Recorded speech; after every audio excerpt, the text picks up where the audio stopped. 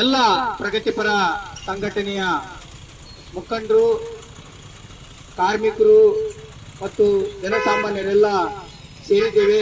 ನಿಮ್ಗೆಲ್ಲರಿಗೂ ಗೊತ್ತಿದೆ, 20 ವರ್ಷದ ಹಿಂದೆ ಗುಜರಾತ್ ಅಲ್ಲಿ ಏನ್ ಹತ್ಯಾಕಾಂಡ ನಡೀತೋ, ಆ ಹತ್ಯಾಕಾಂಡದಲ್ಲಿ ಬಲ್ಕಿಸ್ ಬಾನು ಅವರ ಇಡೀ ಕುಟುಂಬ ಅವ್ರ ಕಣ್ಣೆದುರಿಗೆನೆ ಹತ್ಯೆ ಮಾಡಿ ಅವ್ರ ಮೇಲೆ ಅತ್ಯಾಚಾರವನ್ನ ಮಾಡಿರ್ತಕ್ಕಂತ ಘಟನೆಯನ್ನ ಆಧರಿಸಿ ಕೋರ್ಟ್ 11 ಜನ ಆರೋಪಿಗಳಿಗೆ ಜೀವಾವಧಿ ಶಿಕ್ಷೆಯನ್ನ ಕೊಟ್ಟಿತ್ತು. ಆದ್ರೆ ನಾವೆಲ್ಲರೂ ಈಗ 75ನೇ ವರ್ಷದ ಸ್ವತಂತ್ರೋತ್ಸವದ ಅಮೃತ ಮಹೋತ್ಸವವನ್ನ ಅದ್ದೂರಿಯಾಗಿ ಆಚರಣೆ ಮಾಡಿದ್ದಾರೆ. ಆದ್ರೆ ಅಂತ ಸಂದರ್ಭದಲ್ಲಿ ಯಾರು ಜೀವಾವಧಿ ಜೈಲಲ್ಲಿ ಕೊಳಿಬೇಕಾಗಿತ್ತು, ಸನ್ನಡತೆಯ ಆಧಾರದಲ್ಲಿ ಅವ್ರನ್ನ ಬಿಡುಗಡೆಗೊಳಿಸ್ತಕ್ಕಂತ ಘಟನೆ ನಡೆದಿದೆ. ಇದು ಇಡೀ ದೇಶದ ಜನ ತಲೆ ತಗ್ಗಿಸ್ತಕ್ಕಂತ ಘಟನೆ. ಹಾಗಾಗಿ ಇವತ್ತು ರಾಜ್ಯದಾದ್ಯಂತ ಮತ್ತು ರಾಷ್ಟ್ರಾದ್ಯಂತ ಈ ಹೋರಾಟ ನಡೀತಾ ಇದೆ. ನಮ್ಮ ರಾಜ್ಯದಲ್ಲಿ ಅಧಿಕೃತವಾಗಿ 15 ಜಿಲ್ಲೆಗಳಲ್ಲಿ ಒಂದೇ ಟೈಮಲ್ಲಿ ಇವತ್ತು ಹೋರಾಟ ನಡೀತಾ ಇದೆ. ಏನು 11 ಅಪರಾಧಿಗಳನ್ನ ಸನ್ನಡತೆ ಆಧಾರದ ಮೇಲೆ ಸರ್ಕಾರ ಬಿಡುಗಡೆ ಮಾಡಿದೆ, ಅವರನ್ನ ವಾಪಸ್ ಮತ್ತೆ ಜೈಲಲ್ಲಿ ಹಾಕಬೇಕು, ಅವರಿಗೆ ಜೀವಾವಧಿ ಶಿಕ್ಷೆಯನ್ನು ಕೊಡಬೇಕು ಅಂತ ಹೇಳಿ ನಾವೆಲ್ಲರೂ ಇವತ್ತು ಈ ಹೋರಾಟದಲ್ಲಿ ಪಾಲ್ಗೊಂಡಿದ್ದೇವೆ. ಈ ಹೋರಾಟದಲ್ಲಿ ಎಲ್ಲಾ ಸಂಘಟನೆಗಳ ಮುಖಂಡರು ಬಂದಿದ್ದಾರೆ. ಅವರೆಲ್ಲ ಹೆಸರುಗಳನ್ನ ತೆಗೆದುಕೊಳ್ಳಕ್ಕಾಗಲ್ಲ. ಹಾಗಾಗಿ ನೇರವಾಗಿ ಎಲ್ಲರೂ ಸಹ ತಮ್ಮ ತಮ್ಮ ಅಭಿಪ್ರಾಯಗಳನ್ನ ಮತ್ತು ಈ ಹೋರಾಟವನ್ನ ಬೆಂಬಲಿಸಿ ಮಾತಾಡಬೇಕು ಅಂತ ಎಲ್ಲರಿಗೂ ಸಹ ಮತ್ತೊಮ್ಮೆ ಎಲ್ಲಾ ಸಂಘಟನೆಗಳ ಪರವಾಗಿ ನಾನು ಸ್ವಾಗತವನ್ನ ಮಾಡ್ತಾ, ಹಾಗೇನೆ ನಾವು ಇಡೀ ದೇಶದ ಜನ, ದಾವಣಗೆರೆಯ ಜನ, ಕರ್ನಾಟಕದ ಜನ ಬಲ್ಕಿಸ್ ಬಾನು ಅವ್ರ ಜೊತೆಗೆ ನಾವಿದ್ದೇವೆ ಅಂತ ನಾವೆಲ್ಲರೂ ಇವತ್ತು ಕೂಗಿ ಹೇಳಬೇಕಾಗಿದೆ. ಆಳುವ ಸರ್ಕಾರಕ್ಕೆ ಎಚ್ಚರಿಕೆ ಕೊಡಬೇಕಾಗಿದೆ. ಅದೆಲ್ಲದೂ ಸಹ ಈ ದೇಶದ ಪ್ರತಿಯೊಬ್ಬರ ಜವಾಬ್ದಾರಿ ಅಂತ ನಾವು ಅನ್ಕಂತ ಈಗ ಈ ಒಂದು ಕಾರ್ಯಕ್ರಮವನ್ನ ಉದ್ದೇಶಿಸಿ ತೇಜಸ್ವಿ ಪಟೇಲ್ ಸರ್ ಮಾತಾಡಬೇಕು ಅಂತ ಹೇಳಿ ಮನವಿ ಮಾಡ್ತಾ ಇದ್ದೀನಿ. ಬಂಧುಗಳೇ, ಬಹುಶಃ ಅತ್ಯಾಚಾರಿಗಳಿಗೆ ಶಿಕ್ಷೆ ಕೊಡಿ ಅಂತ ಒಂದು ಧರಣಿ ಅಥವಾ ಪ್ರತಿಭಟನೆ ಒಂದು ಒತ್ತಾಯ ಮಾಡಬೇಕಾದಂತ ಪರಿಸ್ಥಿತಿ ಬಂದಿದೆ ಅಂದ್ರೆ ಎಂತ ಸರ್ಕಾರನ ನಾವು ಆಯ್ಕೆ ಮಾಡ್ಕೊಂಡಿದ್ದೀವಿ ಅಂತ ನಾವೇ ಪುನರ್ ಆಲೋಚನೆ ಮಾಡಬೇಕಾದಂತ ಸಂದಿಗ್ಧದ ಸ್ಥಿತಿಯಲ್ಲಿದ್ದೀವಿ ಅಂತ ಅನ್ಕೊಳ್ತೀನಿ. ಬಂಧುಗಳೇ, ನಮ್ಮ ನಿರೂಪಕರು ಹೇಳ್ತಾ ಇದ್ರು, ಸ್ವಾತಂತ್ರ್ಯ ಬಂದು 75 ವರ್ಷದ ಸಂದರ್ಭದಲ್ಲಿ ಸನ್ನಡತೆ ಆಧಾರದ ಮೇಲೆ ಅತ್ಯಾಚಾರಿಗಳನ್ನ ಬಿಡುಗಡೆಗೊಳಿಸಿದ್ದಾರೆ. ಸ್ವಾತಂತ್ರ್ಯ ಬಂದು 75 ವರ್ಷನ ಅಮೃತ ಮಹೋತ್ಸವದಲ್ಲಿ ಅದು ಅತ್ಯಾಚಾರಿಗಳಿಗೆ, ಸನ್ನಡತೆಯ ಮೇಲೆ ಜೈಲು ಶಿಕ್ಷೆಯನ್ನು ಅನುಭವಿಸುವಂತ ಅಪರಾಧಿಗಳಿಗೆ, ಇತರೆ ಅಪರಾಧಗಳಿಗೆ ಏನಾದರೂ ಕಳ್ಳತನ ಮಾಡಿದ್ದು, ಡಕಾಯಿತಿ ಮಾಡಿದ್ದು, ಯಾರ ಹಣ ಲೂಟಿ ಮಾಡಿದ್ದು ಅಂತ ವಿಷಯಗಳಲ್ಲಿ ಶಿಕ್ಷೆಗೊಳಗಾದವರಿಗೆ ಸನ್ನಡತೆ ಆಧಾರದ ಮೇಲೆ ಅವ್ರನ್ನ ಬಿಡುಗಡೆ ಮಾಡಿದ್ರೆ ಒಂದ್ ಹಂತದವರೆಗೂ ಒಪ್ಪಬಹುದು. ಆದ್ರೆ ಅತ್ಯಾಚಾರ ಮಾಡಿದಂತ ವ್ಯಕ್ತಿಗಳಿಗೆ ಸನ್ನಡತೆ ಆಧಾರದ ಮೇಲೆ ಅವ್ರು ಬಿಡುಗಡೆ ಮಾಡ್ತೀರಿ ಅಂದ್ರೆ ಸಮಾಜಕ್ಕೆ ಏನ್ ಸಂದೇಶ ಕೊಡ್ತಾ ಇದೀರಿ ನೀವು? ಯಾವ ಸಂದೇಶ ಇದೆ? ಪ್ರಧಾನಮಂತ್ರಿಗಳು ಕೆಂಪು ಕೋಟೆ ಮೇಲೆ ನಿಂತು ಭಾರತದಲ್ಲಿ ಮಹಿಳೆಯರ ಸುರಕ್ಷತೆ ಬಗ್ಗೆ ಮಾತಾಡಿದ್ದಾರೆ. ಇವರು ಬಲ್ಕಿಸ್ ಬಾನು ಅವರು ಭಾರತೀಯರಲ್ವೇ? ಪ್ರಧಾನಮಂತ್ರಿಗಳೇ, ಭಾರತೀಯರಲ್ವೇ? ನೀವು ಕೆಂಪು ಕೋಟೆ ಮೇಲೆ ನಿಂತು ಘೋಷಣೆ ಮಾಡಿದ್ದೇನು? ನಿಮ್ಮ ಪಕ್ಷದ ಸರ್ಕಾರ ಕೈಗೊಂಡಂತ ತೀರ್ಮಾನ ಯಾವುದು? ಅತ್ಯಾಚಾರಿಗಳಿಗೆ ನೀವು ಸನ್ನಡತೆ ಆಧಾರದ ಮೇಲೆ ನೀವು ಬಿಡುಗಡೆ ಮಾಡಂತ ಕ್ರಮ ಏನಿದೆ, ಇದು ಅತ್ಯಾಚಾರಿಗಳ ಮನಸ್ಥಿತಿಯನ್ನು ಅಷ್ಟೇ ಅಲ್ಲ, ನಿಮ್ಮ ಮನಸ್ಥಿತಿಯನ್ನು ತೋರಿಸ್ತಾ ಇದೆ. ಕೇವಲ ಅತ್ಯಾಚಾರಿಗಳ ಮನಸ್ಥಿತಿ ಅಲ್ಲ. ಹಾಗಾಗಿ ಕೇವಲ 16 ಜಿಲ್ಲೆಗಳಲ್ಲಿ ಅಂತ ಹೇಳ್ತಾ ಇದ್ರು ನಮ್ಮ ಸಂಘಟಕರು. 16 ಜಿಲ್ಲೆಗಳಲ್ಲ, ರಾಷ್ಟ್ರಾದ್ಯಂತ ಹೋರಾಟ ಮಾಡಬೇಕು. ಬಲ್ಕಿಸ್ ಬಾನು ಯಾವುದೇ ಕುಟುಂಬದ ಮಹಿಳೆ ಇರಬಹುದು, ಆದರೆ ನಾವು ಭಾರತೀಯ ಪರಂಪರೆಯಲ್ಲಿ, ಅದರಲ್ಲೂ ಭಾರತೀಯ ಜನತಾ ಪಕ್ಷ ಸರ್ಕಾರ, ವಸುದೇವ ಕುಟುಂಬಕಂ ಅಂತ ಹೇಳುವಂತ ಭಾರತೀಯ ಜನತಾ ಪಕ್ಷ ಸರ್ಕಾರ, ಬಲ್ಕಿಸ್ ಬಾನು ಅವರು ನಿಮ್ಮ ಕುಟುಂಬದ ಸದಸ್ಯನಿ ಆಗಿ ಈ ತೀರ್ಮಾನನ ಪುನರ್ ಪರಿಶೀಲಿಸಿ. ಬಲ್ಕಿಸ್ ಬಾನು ನಿಮ್ಮ ಕುಟುಂಬದ ಸದಸ್ಯ ಆಗಿದ್ರೆ ಯಾವ ರೀತಿ ಆಲೋಚನೆ ಮಾಡ್ತಾ ಇದ್ರಿ? ಕೂಡಲೇ ಈ ಸನ್ನಡತೆ ಆಧಾರದ ಮೇಲೆ ಕೈಗೊಂಡ್ರಂತ ತೀರ್ಮಾನನ ಹಿಂಪಡೆದು ಅವರಿಗೆ ನ್ಯಾಯಾಲಯ ಯಾವ ಶಿಕ್ಷೆನ ವಿಧಿಸಿದೆ ಆ ಶಿಕ್ಷೆನ ವಿಧಿಸಬೇಕು ಅಂತ ಒತ್ತಾಯ ಮಾಡ್ತಾ, ಜೊತೆಗೆ ನ್ಯಾಯಾಲಯನು ಕೂಡ ಸನ್ನಡತೆ ಆಧಾರದ ಮೇಲೆ ಸರ್ಕಾರಗಳು ಬಿಡುಗಡೆ ಮಾಡುವಂತ ಅವಕಾಶ ಏನಿದೆ ಅದು ಎಲ್ಲ ಅಪರಾಧಗಳಿಗಿರಬಾರ್ದು.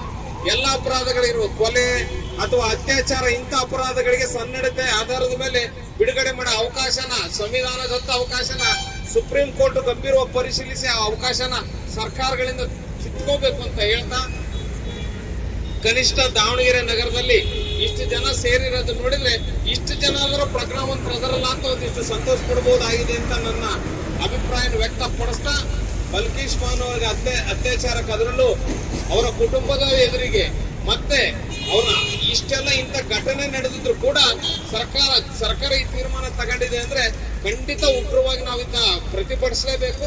ಅವರಿಗೆ ಅತ್ಯಾಚಾರಿಗಳಿಗೆ ಶಿಕ್ಷೆ ಆಗೋವರೆಗೂ ನಾವು ಈ ಹೋರಾಟ ಮಾಡ್ಬೇಕಾಗತ್ತೆ ಅನ್ನೋ ಮಾತನ್ನು ಹೇಳಿ ನಾನು ಮಾತನ್ನು ಮುಗಿಸ್ತೀನಿ. ಧನ್ಯವಾದಗಳು ಸರ್.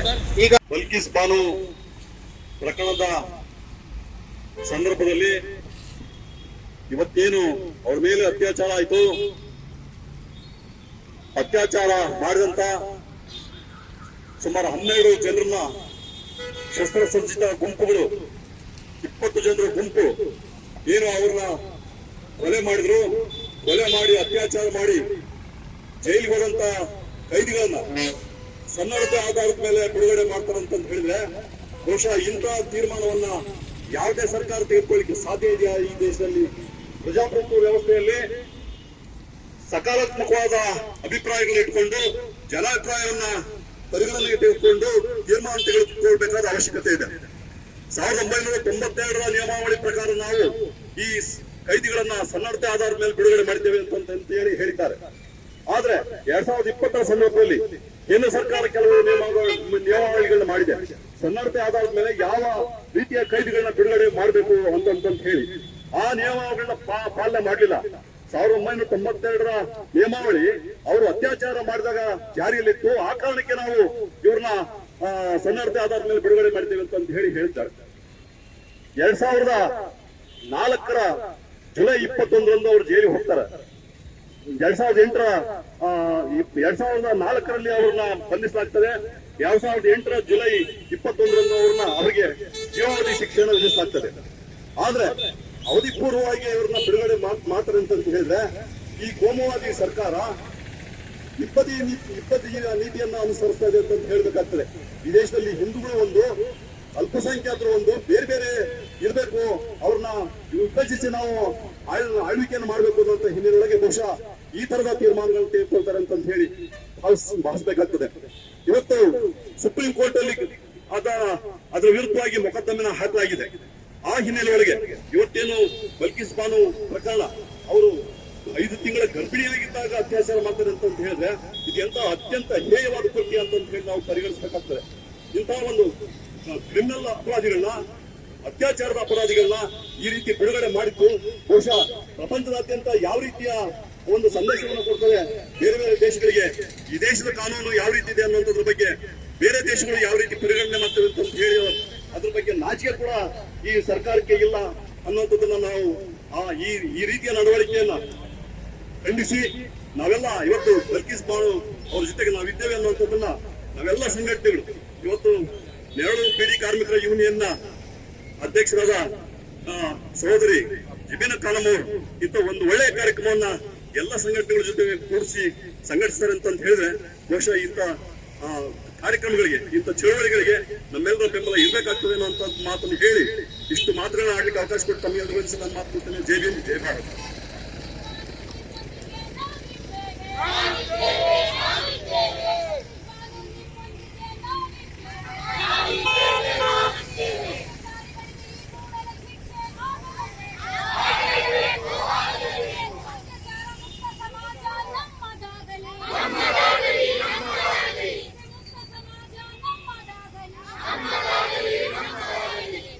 ಧನ್ಯವಾದಗಳು ಸರ್. ಈಗ ರೇಣುಕಾ ಯಲ್ಲಮ್ಮ ಅವರು ಮಾತಾಡಬೇಕು ಅಂತ.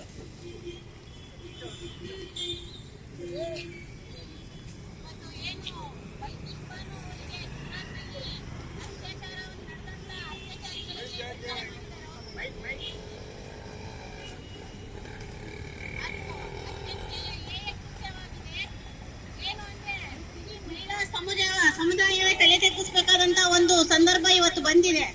ಏನಪ್ಪಾ ಅಂತ ಹೇಳಿದ್ರೆ ಅವಳೊಬ್ಬ ಮುಸ್ಲಿಂ ಮಹಿಳೆಯನ್ನ ಒಂದೇ ಒಂದು ಕಾರಣಕ್ಕೋಸ್ಕರ ಅತ್ಯಾಚಾರಿಗಳನ್ನ ಬಿಡುಗಡೆ ಮಾಡಿ ಅವ್ರನ್ನ ಆರ ತುರಾಯಿ ಹಾಕಿ ಅತ್ಯಂತ ಸ್ವಾಗತ ಮಾಡ್ಕೊಂಡಿದ್ದಾರೆ.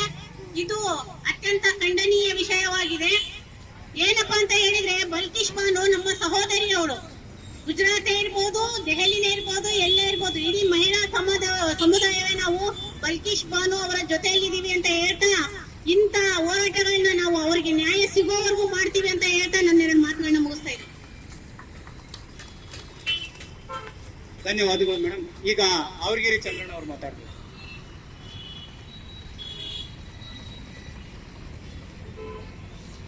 ಆತ್ಮೀಯ ಸಂಗಾತಿಗಳೇ ಹಾಗೂ ಈ ಒಂದು ಪ್ರತಿಭಟನೆಯನ್ನ ಆಯೋಜಿಸಿರುವಂತ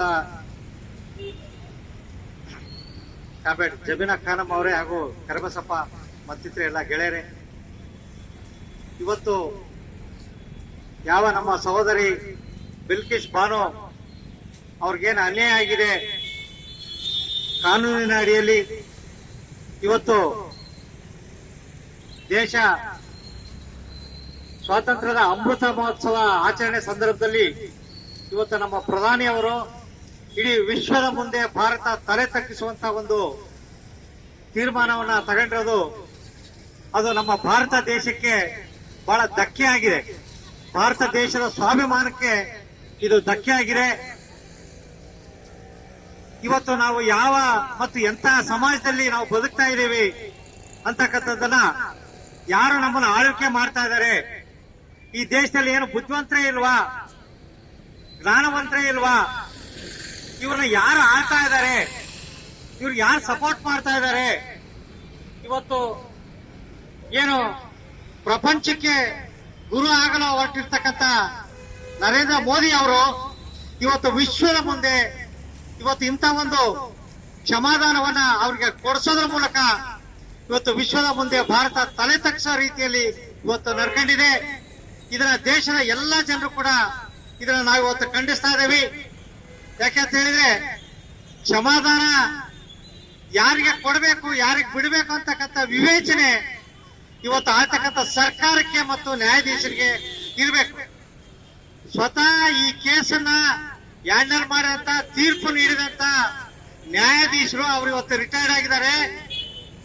ಅವರು ಅತ್ಯಂತ ಕಳಕಳಿಯನ್ನ ಹೊಂದಿ ಈ ಕೇಸ್ನಲ್ಲಿ ಯಾರು ಅವ್ರಿಗೆ ಆಪ್ತ ಸಹಾಯಕರಿದ್ರು, ಯಾರು ಅವರಿಗೆ ಟೈಪಿಸ್ಟ್ ಇದ್ರು, ಅವ್ರಿಗೆ ಆಪ್ತವಾಗಿ ಟೈಪಿಸ್ಟ್ ಇದ್ರು, ಅವರನ್ನ ದೂರ ಇಟ್ಟು ಈ ಕೇಸಿನಿಂದ ಈ ತೀರ್ಪು ಕೊಡ್ತಕ್ಕಂಥ ಸಂದರ್ಭದಲ್ಲಿ, ಆರಂಭದಲ್ಲಿ ಈ ತೀರ್ಪನ್ನ ಕೊಡ್ತಕ್ಕಂಥ ಸಂದರ್ಭದಲ್ಲಿ ಸುಮಾರು 500 ಪುಟಗಳ ತೀರ್ಪನ್ನ ಅವರ ಆಪ್ತ ಕಾರ್ಯದರ್ಶಿಯನ್ನ ಹೊರಗಿಟ್ಟು, ಯಾಕಂದ್ರೆ ಅವರೊಬ್ಬ ಗುಜರಾತಿ ಆಗಿದ್ದ ಅನ್ನೋ ಕಾರಣಕ್ಕೆ ಅಂದಿನ ನ್ಯಾಯಮೂರ್ತಿಗಳು ಅವರ ತೀರ್ಪನ್ನ ಪ್ರಕಟಿಸುವ ಪೂರ್ವದಲ್ಲಿ ಸುಮಾರು 500 ಪುಟಗಳ ತೀರ್ಪನ್ನ ಸ್ವತಃ ಟೈಪ್ ಮಾಡ್ತಾರೆ.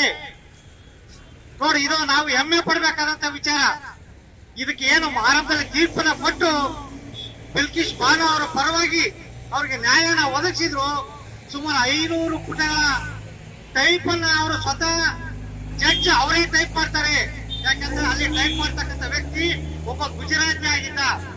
ಅವರಿಗೆ ಈ ವಿಷಯನ ಟೈಪ್ ಮಾಡಕ್ ಕೊಟ್ರೆ ಇದು ಸ್ಪ್ರೆಡ್ ಆಗುತ್ತೆ ಅಂತ ಹೇಳಿ ಸ್ವತಃ ಅಂತ ಒಂದು ತೀರ್ಮಾನ ತಗೊಂಡು ಅವನು ಹೊರಗಿಟ್ಟು ಅವನಿಗೆ ರಜದ ಮೇಲೆ ಕಳಿಸಿ ಬೇರೆ ಕೆಲಸ ಕಳಿಸಿ ಸ್ವತಃ ಅವರು ತೀರ್ಪನ್ನ ಸುಮಾರು 3 ತಿಂಗಳ ಕಾಲ ಅವರು ಟೈಪ್ ಮಾಡ್ತಾರೆ. 500 ಪುಟಗಳಷ್ಟು ತೀರ್ಪನ್ನ. ಅವರಿಗೆ ಹಲವಾರು ಬೆದರಿಕೆಗಳು ಇರ್ತವೆ, ಹಲವಾರು ಒತ್ತಡಗಳು ಇರ್ತಾವೆ ಅವ್ರಿಗೆ. ಆ ಒತ್ತಡಕ್ಕೆ ಮಣಿಯದೆ ಅವರು ಒಂದು ದಿಟ್ಟ ನಿರ್ಧಾರವನ್ನ ತಗೊಂಡು ಅವತ್ತೇನು ನ್ಯಾಯಮೂರ್ತಿಗಳಾಗಿರ್ತಾರೆ, ಇಂಥ ಒಂದು ತೀರ್ಪನ್ನು ಅವ್ರು ಕೊಡ್ತಾರೆ. ನಾವು ಹೆಮ್ಮೆ ಪಡಬೇಕು. ಅವರು ಮತ್ತೆ ಕರ್ನಾಟಕದವರು, ಆ ನ್ಯಾಯಮೂರ್ತಿಗಳು ಕರ್ನಾಟಕದವರು ಅನ್ನೋದಕ್ಕೆ ನಾವು ಹೆಮ್ಮೆ ಪಡಬೇಕು. ಭಾರತ ಕಮ್ಯುನಿಸ್ಟ್ ಪಕ್ಷದ ಪರವಾಗಿ ಮತ್ತು NFIW ಅಖಿಲ ಭಾರತ ಮಹಿಳಾ ಒಕ್ಕೂಟದ ಸರೋಜ ಅವರು ಬಂದಿದ್ದಾರೆ. ಅವರ ಸಂಘಟನೆ ಪರವಾಗಿ, CPI ಪರವಾಗಿ ನಾನು ಸಂಘಟಕರಿಗೆ ಮತ್ತೊಮ್ಮೆ ಪಾಲ್ಗೊಂಡಿರ್ತಕ್ಕಂಥ ಎಲ್ಲ ನಮ್ಮ ಪ್ರಗತಿಪರ ಹೋರಾಟಗಾರರಿಗೆ, ಮುಖಂಡರಿಗೆ ಧನ್ಯವಾದಗಳನ್ನು ಅರ್ಪಿಸಿ ನಾನು 2 ಮಾತನ್ನು ಮುಗಿಸ್ತೇನೆ.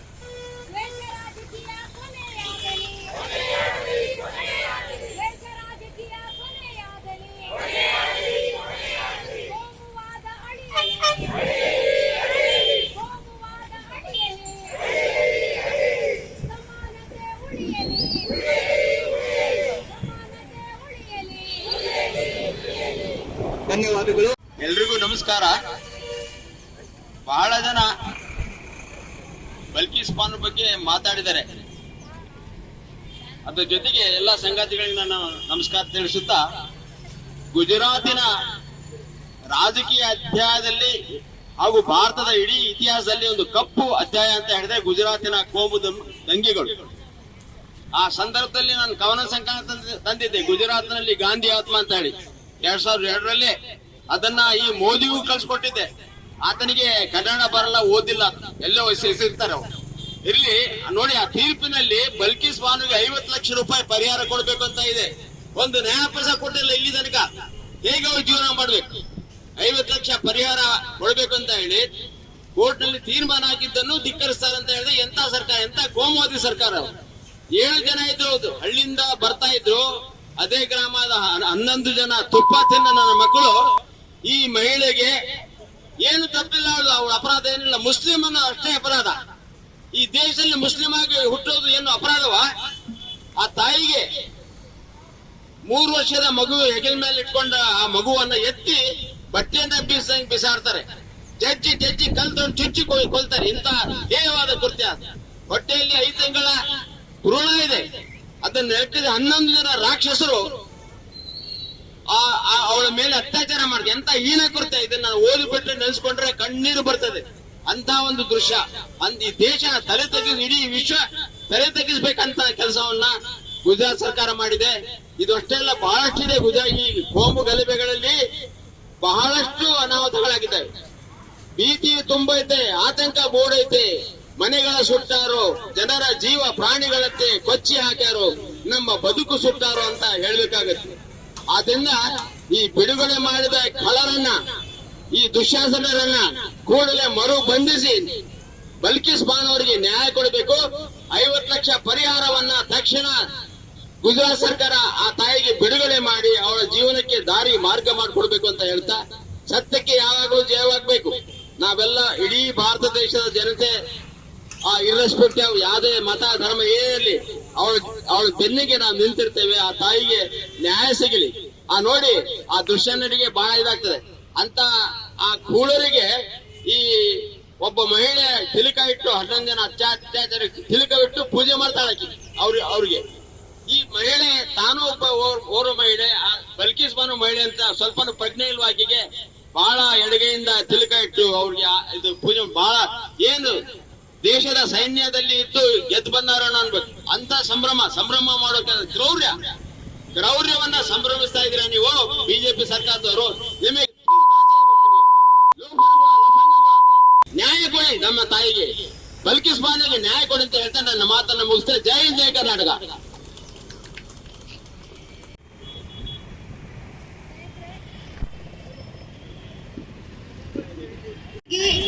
ಈ ಹೋರಾಟಕ್ಕೆ ಕ್ರಾಂತಿಕಾರಿ ಸ್ವಾಗತವನ್ನ ಕೊಡ್ತೀನಿ. ಸ್ನೇಹಿತರೆ, ನಾವೆಲ್ಲ ಇಲ್ಲಿ ಸೇರಿದ್ದು ಒಬ್ಬ ಹೆಣ್ಣು ಮಗಳ ಮೇಲೆ ಆಗಿರ್ತಕ್ಕಂತ ಅನ್ಯಾಯ, ಆ ಅನ್ಯಾಯಕ್ಕಾಗಿ ಒಂದು ತೀರ್ಪು ಸಿಕ್ಕಿತ್ತು. ಇವತ್ತಿನ ಸರ್ಕಾರ ಏನಿದೆ, ಕೋಮು ದ್ವೇಷವನ್ನ ಹರಡ್ತಾ ಇರ್ತಕ್ಕಂತ ಸರ್ಕಾರ ಇವತ್ತು ಒಂದು ಕಡೆಗೆ ಕೆಂಪು ಕೋಟೆನಲ್ಲಿ ಹೆಣ್ಣು ಮಕ್ಕಳನ್ನ ನಾವು ವಿಕೃತ ರೂಪದಿಂದ ನೋಡ್ತಾ ಇದ್ದೀವಿ. ಅದರಿಂದ ಹೊರಗೆ ಬರೋಣ ಅಂತ ಪ್ರಶ್ನೆ ಕೇಳ್ತಾ, ಹಾಗೇನೆ ನಾವೆಲ್ಲರೂ ಕೂಡ ಇನ್ಮುಂದೆ ಈ ಸಮಾಜದ ಹೆಣ್ಮಕ್ಳಿಗೆ ಗೌರವ ಕೊಡುವಂತ ನಡತೆಯನ್ನು ನಾವು ಬೆಳೆಸ್ಕೊಳ್ಳೋಣ ಅಂತ ಒಂದು ಕಡೆ ಹೇಳ್ತಾರೆ. ಇನ್ನೊಂದ್ ಕಡೆ ಗುಜರಾತ್ ಸರ್ಕಾರ ಈ 11 ಜನ ಅಪರಾಧಿಗಳು ಯಾರಿಗಾಗಲೇ ಇವತ್ತು 11 ಜನ 7 ಜನಗಳನ್ನ ಕೊಚ್ಚಿಕೊಂಡು ಮಗುನ ಕಲ್ಲಿಂದ ಚಚ್ಚಕ್ಕಿ ಸಾಯಿಸಿದ್ದಾರೆ. ತಾನು ಗರ್ಭಿಣಿ ಅನ್ನೋದನ್ನು ಮರೆತು ಇವತ್ತು ಆ ಹೆಣ್ಮಕ್ಳು ಅಷ್ಟು ಹೋರಾಟ ಮಾಡಿದ್ರು ಕೂಡ ಎಲ್ಲರೂ ಕೂಡ ಅದನ್ನ ಹೆಚ್ಚಿನ ಮಟ್ಟದಲ್ಲಿ ತೋರಿಸ್ತಿರ್ಲಿಲ್ಲ. ಅದರ ಒಂದು ಈ ಅನ್ಯಾಯದ ವಿರುದ್ಧ ಗುಜರಾತ್ ಸರ್ಕಾರಕ್ಕೆ ಹೋರಾಟ ನಡೀತಾ ಮಹಾರಾಷ್ಟ್ರ ಸರ್ಕಾರಕ್ಕೆ ಆ ಕೇಸ್ನ ಟ್ರಾನ್ಸ್ಫರ್ ಮಾಡ್ತಾರೆ. ಅಲ್ಲವರಿಗೆ ನ್ಯಾಯ ಸಿಗುತ್ತೆ, ಜೀವನದಲ್ಲಿ ಶಿಕ್ಷೆ ಆಗುತ್ತೆ 11 ಜನಕ್ಕೆ.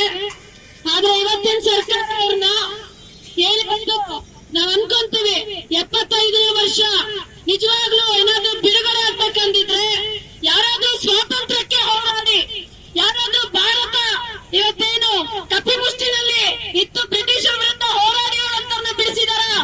ಇಲ್ಲ. ಅವ್ರ ಪ್ರಕಾರ ಅವರು ಹಿಂದೂ ರಾಷ್ಟ್ರವನ್ನ ಅಥವಾ ಇದೇನು ಕೋಮು ದ್ವೇಷವನ್ನ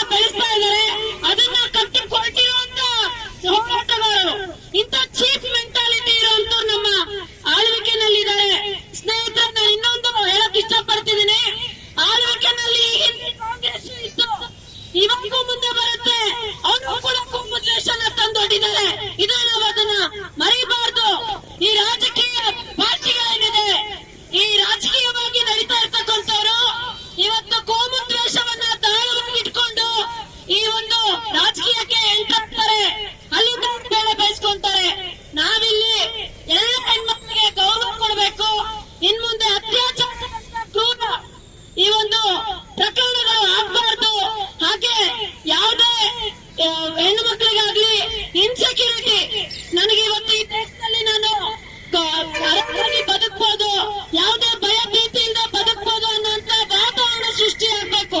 ಇದಕ್ಕೆ ನಾವೆಲ್ಲರೂ ಹೋರಾಡಬೇಕು. ನಿಜವಾಗ್ಲು ಈ ಕೋಮು ದ್ವೇಷನ ಮೊದಲು ಇವತ್ತು ನಿಲ್ಲಿಸಬೇಕು. ಸ್ನೇಹಿತರೆ, ಇವತ್ತು ನಾವು ನೋಡ್ತಾ ಇದೀವಿ ಈ ಪ್ರಕರಣ ತುಂಬಾ ಎಲ್ಲ ಕಣ್ಣಿಗೆ ಕಿವಿ ಕೇಳಂಗೆ ಪ್ರಚಾರ ಆಗ್ತಾ ಇಲ್ಲ. ಅದಕ್ಕೆ ಹೋರಾಟಕ್ಕಿನ್ನೂ ಬಲ ಬೇಕಾಗಿದೆ, ಹೋರಾಟ ಬೆಳಿಬೇಕಾಗಿದೆ. ಹಾಗೇನೆ ನಿಜವಾಗ್ಲೂ ಏನು ಹೇಳ್ತಾರೆ, 1992ರ ಆ ಒಂದು ಕಾನೂನನ್ನ ತಗೊಂಬಂದವರನ್ನ ಕ್ಷಮಾಪಣೆ ನೀತಿಯಲ್ಲಿ ಬಿಡ್ತೀವಿ ಅಂತೇಳಿ ಸ್ವಾಮಿ ಪ್ರಶ್ನೆ ಕೇಳ್ತೀವಿ. ಈ ಒಂದು ಕೋಮು ದ್ವೇಷದ ಗುಜರಾತ್ ಅಲ್ಲಿ ಏನಾಯ್ತು ದಂಗೆ, ಬರೀ ಹೆಣ್ಮಗಳ ಮೇಲಲ್ಲ, ಎಷ್ಟೋ ಸಹಸ್ರಾರು ಹೆಣ್ಮಕ್ಳು ಪುರುಷರು ವೃತ್ತರಾಗಿರುವಂತ ಎಲ್ಲರ ಮೇಲೂ ದೌರ್ಜನ್ಯ ಆಯ್ತು. ಆದ್ರೆ ಹೊಲದಲ್ಲಿ ಇವರೇನು ಅಡುಕೊಂಡು ಇಟ್ಕೊಂಡಿದ್ರು ತಮ್ಮ ಪ್ರಾಣನ ಉಳಿಸ್ಕೊಳಕ್ಕೆ ಈ ಕುಟುಂಬ, ಇವ್ರ ಮೇಲೆ ಆಗಿದ್ದು ಸ್ವಲ್ಪ ಪ್ರಚಾರ ಆಯ್ತು. ಆದ್ರೆ ಇಡೀ ನರಮೇಧ ಒಂದು ಜನಾಂಗದ ವಿರುದ್ಧ ಸಹಸ್ರ ಜನಗಳ ವಿರುದ್ಧ ಆಯ್ತು. ಇದನ್ನು ನಾವು ಕಂಡಮ್ ಮಾಡಬೇಕು. ಈ ರೀತಿಯಾಗಿ ಯಾವ ಜನಾಂಗನೂ ಕೂಡ ಯಾವ ಜನಾಂಗದ ಮೇಲೆ ಮಾಡಬಾರ್ದು. ನಾವ್ ಇನ್ನೊಂದು ಹೇಳೋಕೆ ಕ್ಲಿಯರ್ ಮಾಡಕ್ ಇಷ್ಟಪಡ್ತೀನಿ. ಹಿಂದೂಗಳ ಮೂಲಭೂತವಾದಿಗಳಾಗಿರ್ಬೋದು, ಮುಸ್ಲಿಂ ಮೂಲಭೂತವಾದಿಗಳಾಗಿರ್ಬೋದು, ಇನ್ಯಾವುದೇ ಜನಾಂಗದ ಮೂಲಭೂತವಾದಿಗಳನ್ನ ನಮ್ಮ ದೂರ ಇಡಬೇಕು. ಇವುಗಳಿಂದಲೇ ಇವತ್ತು ಜನಸಾಮಾನ್ಯರ ಸಮಸ್ಯೆಗಳು ಮುಂದೆ ಬರೋದಿಲ್ಲ. ಸ್ನೇಹಿತರೆ, ನಾವು ಮತ್ತೆ ಒಕ್ಕಲಿಂದ ಹೇಳಬೇಕಾಗತ್ತೆ, ಈ 11 ಜನನ ಮತ್ತೆ ನೀವು ಬಂಧಿಸಿ. ಇನ್ನೊಂದು ಕಾನೂನು ಹೇಳುತ್ತೆ ಸ್ವಾಮಿ 2014ರದ್ದು, ಯಾವುದೇ ವ್ಯಕ್ತಿಗಾಗ್ಲಿ ಅವನು ಅತ್ಯಾಚಾರ ಎಸಗಿದ್ರೆ ಅಥವಾ ಕೊಲೆ ಮಾಡಿದ್ರೆ, ಅತ್ಯಾಚಾರ ಎಸಗಿ ಕೊಲೆ ಮಾಡಿದ್ರೆ ಅವನ ಶಿಕ್ಷೆ ಪೂರ್ಣಗೊಂಡ ನಂತರನೇ ಅವನನ್ನ ಹೊರಬಿಡಬೇಕು. ಇಲ್ಲ ಅಂದ್ರೆ ಅವನು ಅನರ್ಹ ಬಿಡುಗಡೆ ಆಗೋದಕ್ಕೆ ಅಂತ. ಯಾಕೆ 2014ರದ್ದು ನಿಮಗೆ ಕಾಣ್ಲಿಲ್ವಾ ಕಣ್ಣಿಗೆ? ಇನ್ನೊಂದು ನಾವು ಎಕ್ಸಾಂಪಲ್ ನೋಡ್ಬೇಕು. ನಾವು ಮೀಟರ್ ಹಾಕಿಸ್ಕೊಂತೀವಿ, ಎಲೆಕ್ಟ್ರಿಸಿಟಿ ಬೋರ್ಡ್ ಮೀಟರ್. ಅವಾಗ ಯೂನಿಟ್ ₹1 ಇತ್ತು ಅನ್ಕೊಳ್ಳೋಣ, ಇವಾಗ ನಾವು ಹೆಚ್ಚುವರಿ ಆಗಿದ್ದು ಕಟ್ತಾ ಇಲ್ವಾ? ಅದೇ ರೀತಿ ನಾವು 1992 ತರ್ತೀವಿ ಅಂತ ಅಂದ್ರೆ ಇಲ್ಲಿ ಏನ್ ನಡೆಯುತ್ತೆ? ಒಳ ರಾಜಕೀಯ ನಡೆಯುತ್ತೆ, ಕೋಮು ರಾಜಕೀಯ ನಡೆಯುತ್ತೆ. ಇಲ್ಲಿ ಹೆಣ್ಮಕ್ಳು ಇನ್ನೂ ಗಟ್ಟಿಯಾಗಬೇಕು.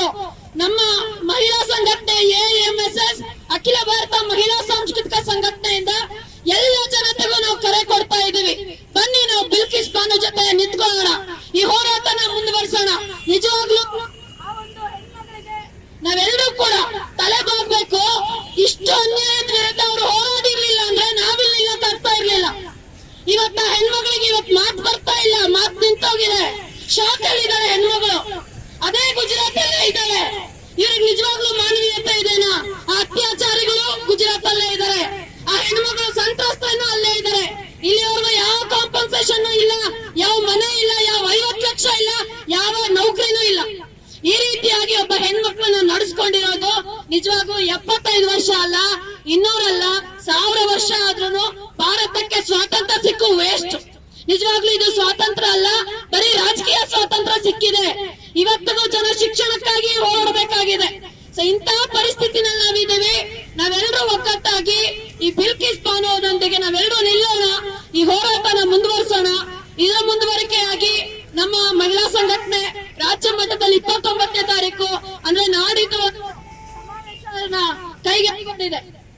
ಈ ಹೋರಾಟ ಹೀಗೆ ಮುಂದುವರಿಲಿ, ನಾವೆಲ್ಲರೂ ಅವರೊಂದಿಗೆ ನಿಲ್ಲೋಣ ಅಂತ ಹೇಳ್ತಾ ನನ್ನ ಮಾತನ್ನ ಮುಗಿಸ್ತಾ ಇದ್ದೀನಿ. ಇನ್ಕುಲಾಬ್ ಜಿಂದಾಬಾದ್. ಕ್ರೌರ್ಯ ವಿಜೃಂಭಣೆ ಮಾಡ್ತಾ ಇದೆ. ಆವಾಗ್ಲೇ ನಮ್ಮ ಸಾಹಿತಿಗಳು ಹೇಳಿದ್ರು, ನಿಜವಾಗ್ಲೂ ಪ್ರತಿಯೊಂದು ಹಂತದಲ್ಲಿ ಕ್ರೌರ್ಯ ಎದ್ದು ಕುಣಿತಾ ಇದೆ. ನಮ್ಮಲ್ಲಿ ಒಂದು ಗಾದೆ ಹೇಳ್ತಾರೆ, ಬುರೆ ಕುದ್ದಕ್ಕೂ ಶೈತಾನ್ ಬಿಡರ್ಯ ಅಂತ.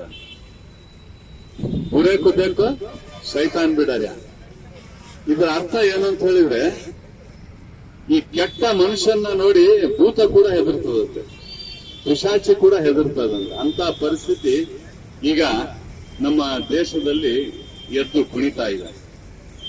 ನನಗೆ ಆಶ್ಚರ್ಯ ಆಗಿದ್ದು ಏನು ಅಂತ ಹೇಳಿದ್ರೆ, ಒಬ್ಬ ಶಾಸಕ ಹೇಳ್ತಾನೆ, ಒಂದು ಸಮುದಾಯಕ್ಕೆ ಒಳಗಾದಂತ ಅತ್ಯಾಚಾರಿಗಳು ಈ ಸಮುದಾಯ ಎಂದೂ ಕೂಡ ತಪ್ಪು ಮಾಡಲಿಕ್ಕೆ ಸಾಧ್ಯ ಇಲ್ಲ. ಈ ಸಮುದಾಯ ಬಹಳ ಉನ್ನತ ಮಟ್ಟದಲ್ಲಿ ಇರುವಂತಹ ಸಮುದಾಯ. ಈ ಸಮುದಾಯಕ್ಕೆ ನೀವು ಆರೋಪ ಮಾಡಿದ್ದು ತಪ್ಪು, ಹಾಗಾಗಿ ಬಿಡುಗಡೆ ಮಾಡಿದೆ ಅಂತ ಹೇಳಿ ಆ ಸಮುದಾಯ ಅತ್ಯಾಚಾರಕ್ಕೂ ಸಮುದಾಯಕ್ಕೂ ಹಿಡ್ಕೊಂಡು ಆ ಸಮುದಾಯ ಉನ್ನತ ಮಟ್ಟದ್ದು ಮೇಲ್ವರ್ಗದ್ದು ಅಂತ ಹೇಳಿ ಅವರು ಯಾವ ಬಾಯಿಯಿಂದ ಹೇಳ್ತಾರೋ ಅಂತ ನಮ್ಗೆ ನಾಚಿಕೆ ಆಗ್ತದೆ. ಅತ್ಯಾಚಾರಿಗಳಲ್ಲೂ ಕೂಡ ಇವರು ಜಾತಿ ಧರ್ಮವನ್ನ ತಂದು ತೋರಿಸ್ತಾರ ಅಂತ ಹೇಳಿದ್ರೆ ಇನ್ನು ನಮ್ಮ ದೇಶ ಮುಂದಿನ ದಿನಗಳಲ್ಲಿ ಯಾವ ಮಟ್ಟಕ್ಕೆ ಹೋಗ್ತದೋ ನನಗೆ ಅರ್ಥ ಆಗ್ತಾ ಇಲ್ಲ. ಭ್ರಷ್ಟಾಚಾರ ಅಂತ ಹೇಳಿ ಆರೋಪ ಮಾಡಿದ್ರೆ ಅವ್ರು ಯಾವುದೋ ಒಂದು ಪಕ್ಷಕ್ಕೆ ಸೇರಿದವರು, ಹಾಗಾಗಿ ಆ ಭ್ರಷ್ಟಾಚಾರವನ್ನು ಅಲ್ಲೇ ಮುಚ್ಚಿ ಹಾಕಕ್ಕೆ ಪ್ರಯತ್ನ ಮಾಡ್ತಾರೆ. ಸರ್ಕಾರದ ವಿರುದ್ಧ ನಡೆದಂತ ಯಾವುದೇ ಒಂದು ತಪ್ಪುಗಳನ್ನ ಎತ್ತಿ ಹೇಳಿದ್ರೆ ಮೊದಲು ಹುಡುಕೋದು ಅವನು ಯಾವ ಸಂಘಟನೆಯವನು, ಯಾವ ಪಕ್ಷದವನು, ಯಾವ ಜಾತಿಯವನು ಅಂತ. ಅಲ್ಲಿ ಆಗಿರುವಂತ ತಪ್ಪನ್ನ ಸರಿಪಡಿಸುವಂತ ಯೋಗ್ಯತೆ ಈ ಸರ್ಕಾರಕ್ಕೆ ಇಲ್ಲ. ಇದು ತುಂಬಾ ಕಠಿಣ ಪರಿಸ್ಥಿತಿಯಲ್ಲಿ ನಾವು ಮುಂದುವರಿತಾ ಇದ್ದೀವಿ. ಹೀಗಿದ್ದಾಗ ನಾನು ಎಲ್ಲಾ ಸಮಾಜದವರಿಗೆ ಒಂದೇ ಒಂದು ರಿಕ್ವೆಸ್ಟ್ ಮಾಡ್ಕೊಳ್ಳೋದೇನಂತ ಹೇಳಿದ್ರೆ, ನಮ್ಗೇನು ರಕ್ಷಣೆ ಮಾಡಬೇಕಾಗಿತ್ತು ಆ ಸರ್ಕಾರಗಳು ನಮ್ಮ ಪರವಾಗಿ ನಿಲ್ಲದಾಗ ನಾವು ಎಲ್ಲರೂ ಒಂದಾಗಿ ಆ ಸರ್ಕಾರಕ್ಕೆ ಪಾಠ ಕಲಿಸುವಂತ ಕೆಲಸ ಆದ್ರೂ ಮಾಡ್ಬೇಕಲ್ವಾ? ಇಲ್ಲ ಅಂತ ಹೇಳಿದ್ರೆ ನಮ್ಮ ಮುಂದಿನ ಬದುಕು ಹೇಗಾಗುತ್ತೆ? ನಾವು ನೆಮ್ಮದಿಯಾದ ಒಂದು ಏನು ಮಹಾತ್ಮ ಗಾಂಧೀಜಿಯವರು ಏನು ಕಲ್ಪನೆ ಕಟ್ಟಿದ್ರು, ರಾಮರಾಜ್ಯ ಆಗಿರಬೇಕು ನಮ್ಮ ದೇಶ, ರಾತ್ರಿ 12 ಗಂಟೆಗೆ ಒಬ್ಬೊಬ್ಬ ಮಹಿಳೆ ಅಡ್ಡಾಡುವಂತ ಪರಿಸ್ಥಿತಿಯಲ್ಲಿ ಇರಬೇಕು ಅಂತ ಏನು ಕಲ್ಪನೆ ಕಟ್ಟಿದ್ರು, ಅದು ಎಲ್ಲಿ ಹೋಯ್ತು? ಇದೇ ಉದ್ದೇಶ ಇಟ್ಕೊಂಡು ಇವರು ಅಧಿಕಾರಕ್ಕೆ ಬರ್ತಾರೆ. ಬರುವಾಗ ದೊಡ್ಡದಾಗಿ ಬರೇ ಪೊಳ್ಳು, ಬರೇ ಮೈಕ್ ನಲ್ಲಿ ಭಾಷಣಗಳಲ್ಲಿ ಮಲ್ ಕಿ ಬಾತ್, ದಿನ್ ಕಿ ಬಾತ್ ಬರೇ ಇದರಲ್ಲೇ ಆಗ್ಬಿಡ್ತು. ಓಪನ್ ಆಗಿ ಕಾರ್ಯರೂಪಕ್ಕೆ ಅವರು ಬಂದು ನಮ್ಮ ದೇಶದ ಜನತೆ ಎಲ್ಲಿ ತೊಂದರೆ ಅನುಭವಿಸ್ತಾ ಇದೆ, ಎಲ್ಲಿ ಅನ್ಯಾಯ ಆಗ್ತಾ ಇದೆ, ಇವ್ರಿಗೆ ಎಲ್ಲಿ ನಾವು ಉದ್ಯೋಗದ ಸಮಸ್ಯೆ ಎಷ್ಟು ರಾರಾಜಿಸ್ತಿದೆ, ನಾವು ಯುವಕರಿಗೆ ಏನು ಬದ್ಧತೆ ಕೊಡಬೇಕು, ಅವ್ರಿಗೆ ಏನು ಮುಂದಿನ ಭವಿಷ್ಯಕ್ಕೆ ನಿರೂಪಣೆ ಮಾಡಬೇಕು, ಇದ್ರ ಬಗ್ಗೆ ಯಾರಿಗೂ ಚಿಂತನೆ ಇಲ್ಲ. ಬರೇ ಭ್ರಷ್ಟಾಚಾರ. ಒಬ್ರು 10% ಮಾಡ್ತಾರೆ ಅಂತ ಅಲಿಗೇಷನ್ ಮಾಡ್ತಾರೆ, ಇನ್ನೊಬ್ರು 40%, ಈಗ 50% ಬಂದು ನಿಂತಿದೆ. ಎಲ್ಲಿಗೆ ತಗೊಂಡು ಹೋಗ್ತಾ ಇದ್ದೀರಾ ನೀವು ರಾಜಕಾರಣಿಗಳು ಎಲ್ಲ ಸೇರ್ಕೊಂಡು? ಅದಕ್ಕೆ ನಾನು ಎಲ್ಲ ಸಮಾಜದ ಪ್ರತಿಯೊಬ್ಬ ಹೋರಾಟಗಾರರಲ್ಲಿ ನಾನು ಮನವಿ ಮಾಡಿಕೊಳ್ಳೋದು, ನಾವು ಮುಂದಿನ ದಿನಗಳಲ್ಲಿ ಈ ಬಲ್ಕಿಸ್ ಬಾನು ಜೊತೆಗೆ ನಾವು ನಿಲ್ಲೋದ್ರ ಜೊತೆಗೆ ಇಡೀ ದೇಶದ ಜನತೆಯ ಪರವಾಗಿ ನಾವು ನಿಂತು ನಾವು ಹೋರಾಟ ಮಾಡಬೇಕಾಗಿದೆ, ಐಕ್ಯ ಹೋರಾಟ ಮಾಡಬೇಕಾಗಿದೆ ಅಂತ ಹೇಳ್ತಾ ನನ್ನ ಮಾತು ಮುಗಿಸ್ತೀನಿ. ನಮಸ್ಕಾರ. ನಾವಿದ್ದೇವೆ. ಮಹಿಳಾ